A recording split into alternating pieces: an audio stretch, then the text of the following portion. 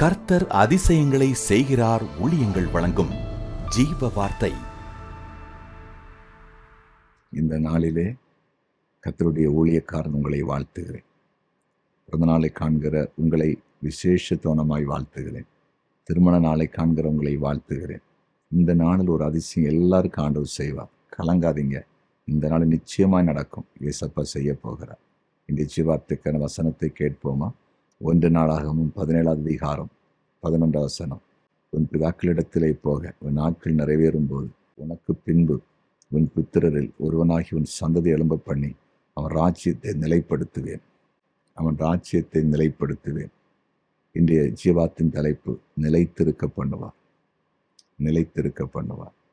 பாருங்க, ஆண்டவர் தாயத்தை சொல்லாரு, உன் சந்ததியில் ஒருவனை எழுப்பி அவனுக்கு அந்த சிங்காசனத்தை நான் கொடுப்பேன்.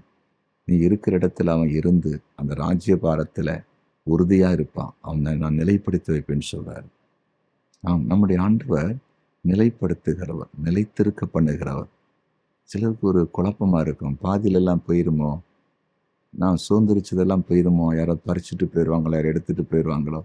பயப்படாதீங்க, கர்த்தர் கொடுக்குற ஒன்றும் பாதியில் போகாது.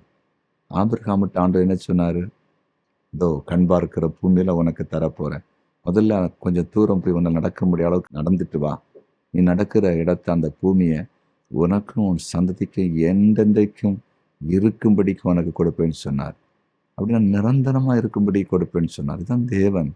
ஆண்டவர் ஒரு இடத்த கொடுத்தா, ஒரு வீட்டை கொடுத்தா, ஆசிரத்தை கொடுத்தா, வேலையை கொடுத்தா, தொழிலை கொடுத்தா, வியாபாரத்தை கொடுத்தா, ஊழியத்தை கொடுத்தா நிரந்தரமாக இருக்குங்க, நிலைத்து இருக்குங்க. குழம்பாதீங்க. நிறைய பேருக்கு ஒரு என்ன சொல்கிறது, எல்லாத்துக்கும் ஒரு அவிவிசுவாசம், ஒரு குழப்பம். இது கடைசி வரை இருக்குமா, பாதியில் போனால் என்ன செய்யறது? ஏன் அப்படி நினைக்கிறீங்க? ஏன் அப்படி அவிவிசுவாசம் கொள்றீங்க?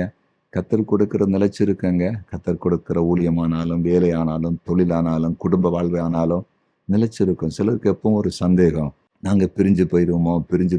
அதோட அப்படி தான் ஒரு சகோதரியை ஜெபிக்க அழைத்து கொண்டு வந்தாங்க.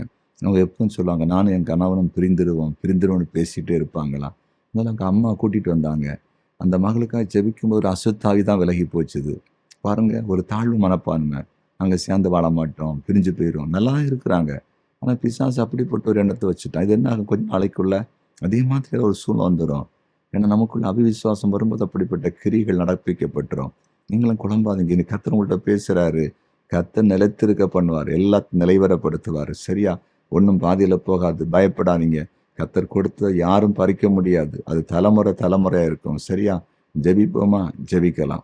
எங்கள் அன்பு தகப்பனே, தாவீதுக்கு ஒரு சந்ததி எழும்ப பண்ணி அவனுடைய ராஜ்யபாரத்தை நிலைத்திருக்க பண்ணுவேன்னு சொல்லி வாக்கு பண்ணினவரே, இதோ இன்றைக்கு ஜீவார்த்தை கேட்டு ஜெபிக்கிற ஒவ்வொருவரும் கண்ணோக்கி பாரு. யாராவது குழப்பமான நிலையில இது என்னை விட்டு போயிருமோ, வேற ஏதாவது முயற்சி எடுக்கணுமோ அப்படின்னு குழம்பி இருந்தாங்கன்னா, அந்த குழப்பம் மாறி உங்களுடைய பிள்ளைகள் இருக்கிற எல்லா ஸ்தானத்திலையும் அவங்க நிலைத்திருக்க பண்ணுங்க.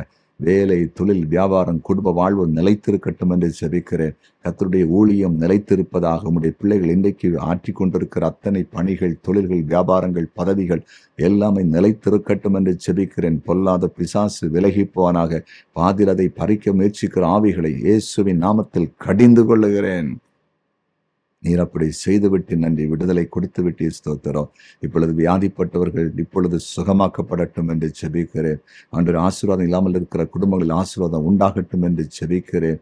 ஆண்டவரே, கர்த்தருக்கு ஊழியம் செய்கிற தேவ பிள்ளைகளுக்காக ஜெபிக்கிறேன்.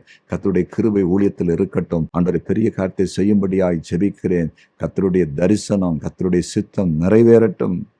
இயேசுவின் நாமத்தில் ஜெபத்தை கேட்டிய நன்றி. இயேசுவின் நாமத்தில் பிதாவே, ஆமென்.